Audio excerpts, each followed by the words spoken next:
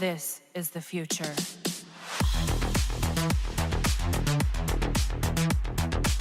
Hello ladies and gentlemen, Seagull Green here and welcome to another video.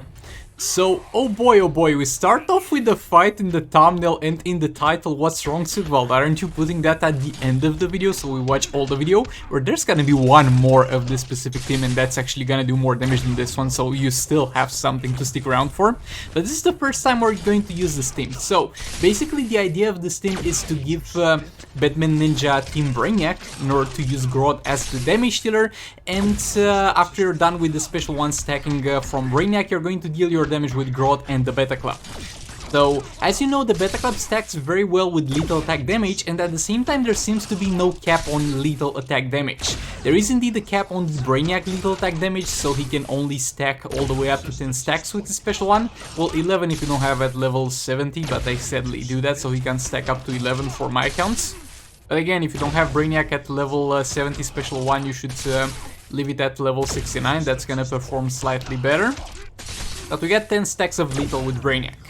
And now Grodd is going to benefit from both the Brainiac lethal attack damage and from the Batman Ninja Robin lethal attack damage passive. So when you combine those two, the damage is gonna be devastating, because as far as I'm aware, there's no cap on lethal attack damage, so you can go all the way up to infinite lethal attack damage as long as the Bad Ninja Robin passive doesn't expire. I mean, obviously it will expire at some points, like the old stacks that we apply expire, so there is indeed a cap, because we are going to infinitely add new lethal stacks, but the previous ones are not gonna stay forever, sadly.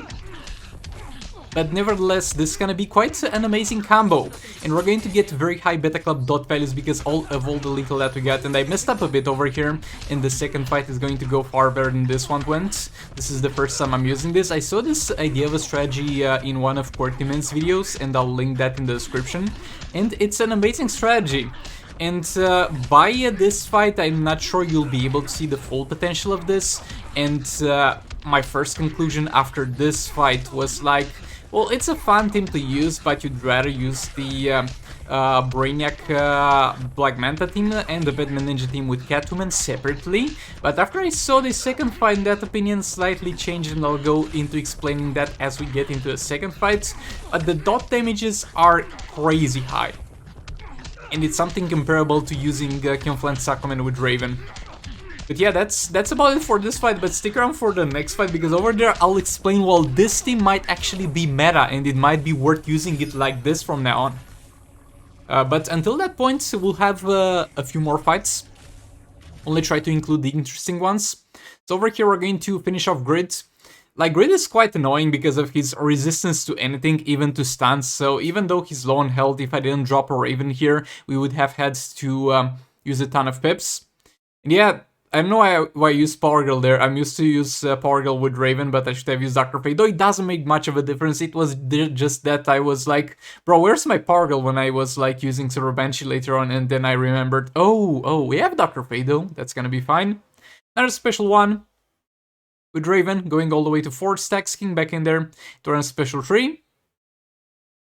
Raven back in there, and as usual, Raven gets interrupted by basic attacks on Taggin. Nothing special here, even though they patched the game so specifically that doesn't happen, but it still happens.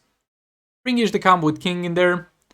Jump attack into a special 2. Again, if you're not using Beta Club owned King, you should not use jump attacks like this. This is only for Beta Club use, so yeah, don't do that. King back in there into another jump attack into a special 3. Doing some combo, backing off a bit, ring-ish the combo. Blocking to another jump attack, and the special 2 was kind of pointless there actually, because we're already at max stacks, so we're gonna generate a few more power bars with Raven. Special 1 back in there, Conflant Sakumen back in, special 3. Ring-ish the combo. Raven not yet back in there, we went for a super move, and that's gonna be a 21 mil super move. Would have gotten a slightly higher value if I just waited and built more combo, but that's not gonna be a problem here, because as you can see, he's soon enough going to die, and we're not gonna need the whole time of the fight anyway. Raven back in there to reset darkness, generate some power for King.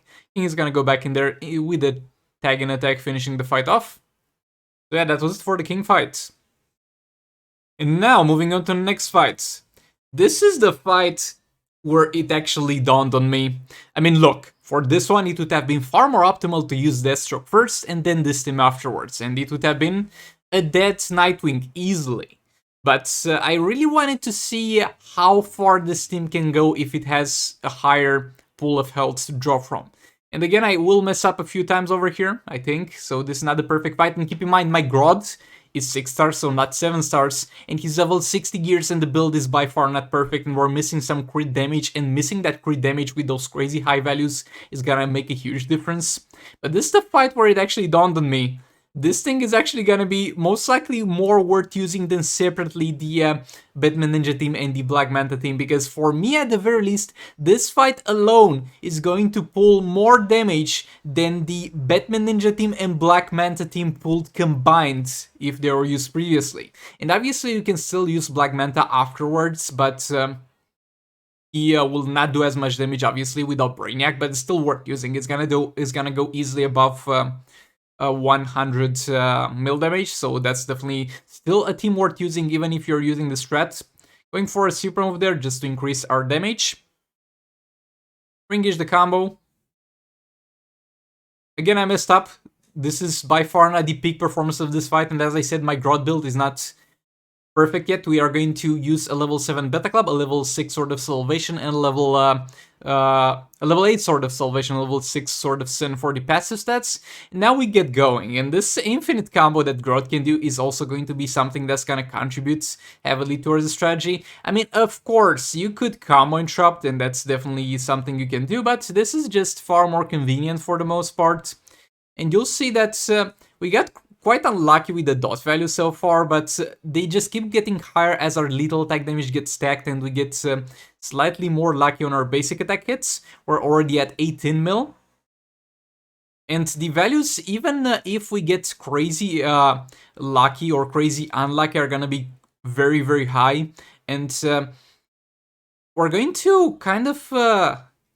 It's our lowest point over here will be 5 million, and when it's a good swipe right, it's gonna be all the way to 15 million. And again, this team can be taken so much more forward, and I'm going to invest in the future more in my Grodds. But yeah, this is just insane. Because yet again, you might be like, well, my Batman Ninja Catwoman does more than that. Yes, but your Grodd will most likely do far more than my Grodd does, because...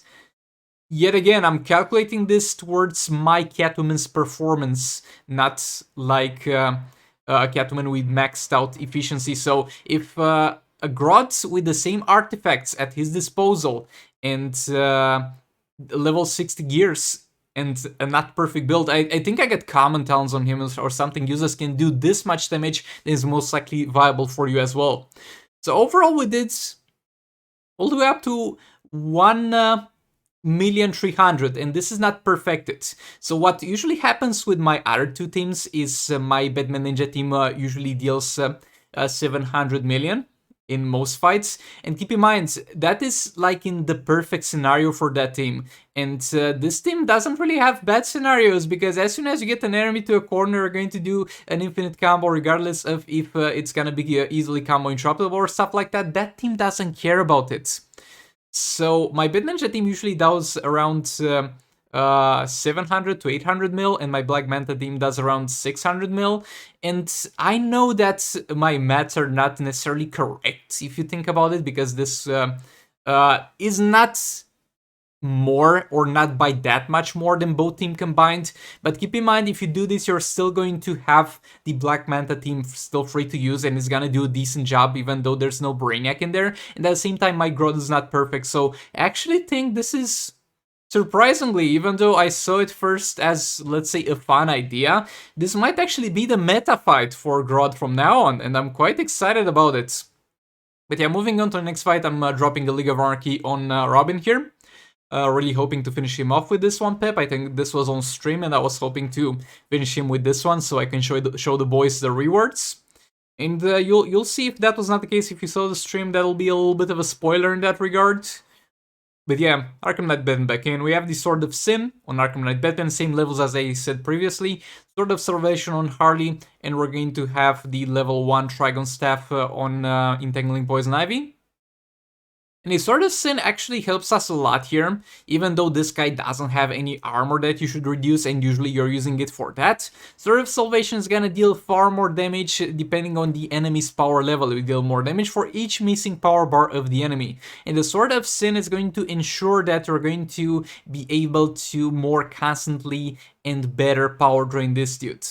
Re-engage the combo over here, Arkham Knight Venom back in, Special 2 in there, Harley back in there, swipe right, stab 3 times, swipe right. At this point I'm like, I don't think it will necessarily be a one-shot. Might be a close one, but will not be a one-shot, and this is quite sad, because for the most part, I would say play this at peak performance with League of Anarchy. I don't think I did any mistakes here. Maybe at the start we could have gotten slightly better luck, because it was quite annoying at the start if you noticed that. I couldn't really pinpoint that, because I was still talking about our boy Chonky Grodd. But yeah, we played this as well as we could, but sadly, it's simply not gonna be enough damage to pull the win here, but no worries, we'll have another team that will finish this, and you guys will definitely get to see the rewards. Also, sorry for no sound on the first fights, because they were done on stream, and I messed up the recording again, so yeah, my bad. And that's it for the League of Anarchy. A decent amount of damage, they did more in other places. Now this is the Black Manta team. Maybe I should still use Beta Club. I'm using Sword of Salvation, but since Vixen's there, maybe I should still use Beta Club. I'm not really sure yet, just testing stuff out. Considering the previous situation, I think I'll need to kind of find a place for my boy Black Manta to feel comfortable with and an artifact setup. Because I think from now on I'm gonna fully build my Grodd and I'm gonna focus on using him. So I actually think, considering the previous fights, without Raven, Grodd might actually be the best damage dealer in the entire game.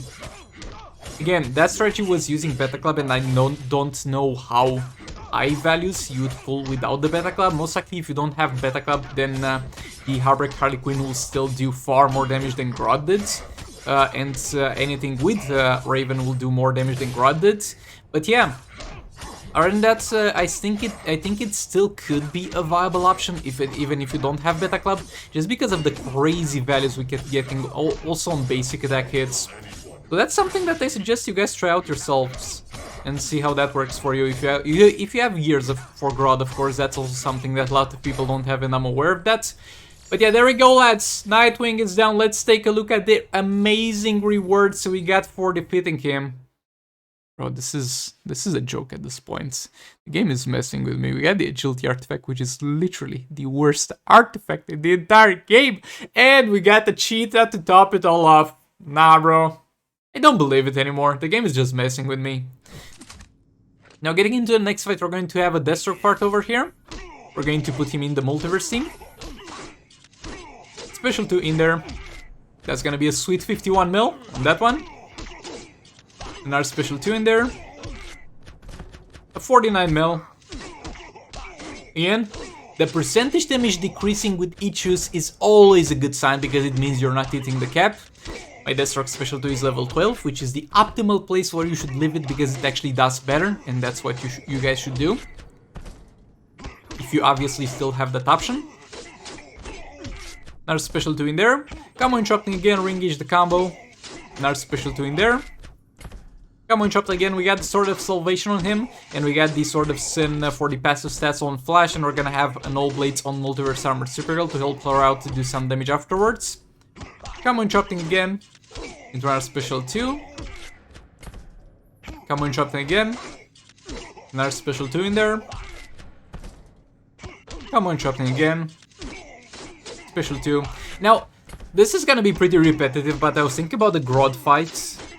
It might actually be somewhat worth it using in league rates, though BNGG Catwoman does quite enough over there, and you couldn't like use it against Scarecrow, so that would mess up your pips, so I don't know about league rates. I mean, you could just throw it against a Grodd or Dr. Fate, but then you'd have not much to use against Scarecrow, so I don't know about that one.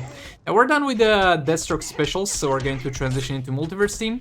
Multiverse Armored Supergirl in there, and we mess up, I mean, we didn't necessarily mess up, and he was gonna do super move anyway, so it doesn't matter. Back in there, special 3.